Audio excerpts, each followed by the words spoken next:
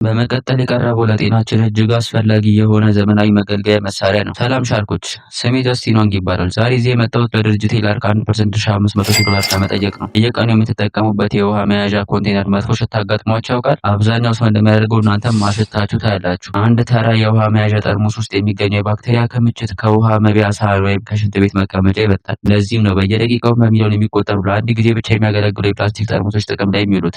ይህ ደግሞ ለአካባቢ ጥበቃ እጅግ አስከፊ ነው።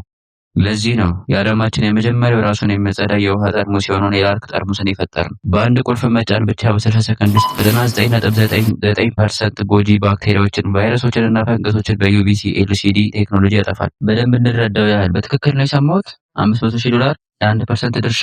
ልክ ነው ሮበርት፣ እንኳን ደስ ያለ እንኳን ደስ ያለ። ይህ በሻርክ ታንክ ታሪክ ውስጥ እስካሁን የተጠየቀው ከፍተኛ የኩባንያ ግምት ነው። ይህን ያህል ዋጋ የሚያሰጠው የገበያ ዕድል ምንድን? የዓለም አቀፍ የውሃ ገበያ 300 ቢሊዮን ዶላር የሚያንቀሳቅስ ሲሆን በድጋሚ ጥቅም ላይ የሚውሉ ጠርሙሶች ድርሻ 7% ብቻ ቢሆንም በከፍተኛ ፍጥነት እያደገ ነው። እኔም ሌሎች ጠርሙሶችን ሞክሬ ነበር፣ ነገር ግን ሻጋታ ይዘው ይሸታሉ። የእኛ ምርት ራሱን የሚያጸዳና የሚያጣራ በመሆኑ ተመራጭ ሆኗል። ጠርሙሱ ላይ የዩቪ ብርሃን ያለ ይመስላል። እንዴት ነው የሚሰራው? የዩቪ ብርሃኑ በጠርሙስ ውስጥ ሙሉ ለሙሉ እንዲንጸባረቅ ተደርጎ የተሰራ ነው። አብሮኝ የቆረቆረው ጓደኛዬ ከካልቴክ በፊዚክስ የዶክትሬት ዲግሪ ያለው ሲሆን ይህንኑ ዲዛይን አድርጎታል። መደበኛ ማጽዳት 60 ሰከንድ ሲፈጅ ለካምፒንግ የሚሆነው ሁኔታ ደግሞ 3 ደቂቃ ይወስዳል። ጃስቲን ኩባንያ 50 ሚሊዮን ዶላር ያወጣል የምትለው በምን ምክንያት? ገበያ ላይ ከወጣን ከ2 ዓመት በታች ሆኖናል።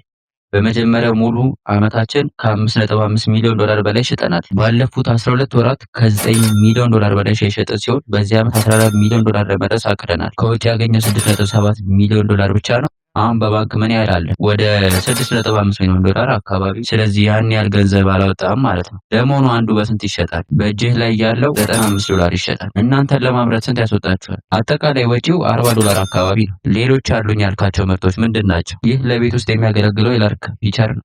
የተለመዱት ማጣሪያዎች ቆሻሻን ስለሚይዙ ባክቴሪያዎች እዛው ይራባሉ። እኛ ግን በመጀመሪያ እንደ እርሳስ ያሉትን በፊልተር ካጣራን በኋላ ውሃው በዩቪ ብርሃን እንዲጸዳ እናደርጋለን። በዓለማችን ላይ ንጹህ ውሃ የሌላቸው ሚሊዮን ሰዎች አሉ።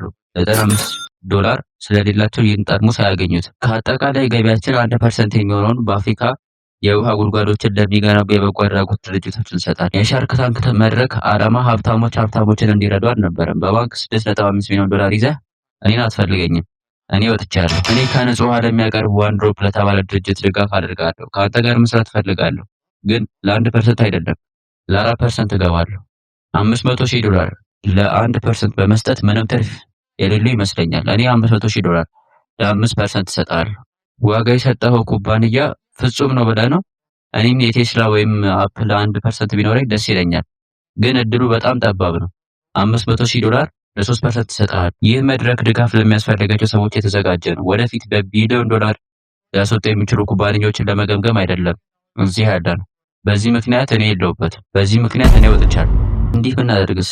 እያንዳንዳችን 2% ይዘን 1.5 ሚሊዮን ዶላር ለ6% ለምን አንሰጥህም? በአንድ ቅድመ ሁኔታ እቀበላለሁ። ከ1.5 ሚሊዮን ዶላር ለ4.5% ቀጥተኛ ድርሻ ይሆንና ቀሪው 1.5 በሶስታችሁ መካከል የሚከፋፈል እና 24 ወራት በኋላ የሚጸድቅ የአማካሪ ድርሻ። የኔን አማካሪ ድርሻ ለማግኘት ምን ማድረግ አለብኝ? ስለ ንግዱ እድገት፣ ስለ ችርቻሮ ገበያ እና ስለመሳሰሉት አብረን እንወያያለን። ጃስቲን፣ ነገሩን ላሳጥረው፣ እኔ ከድርድሩ ወጥቻለሁ።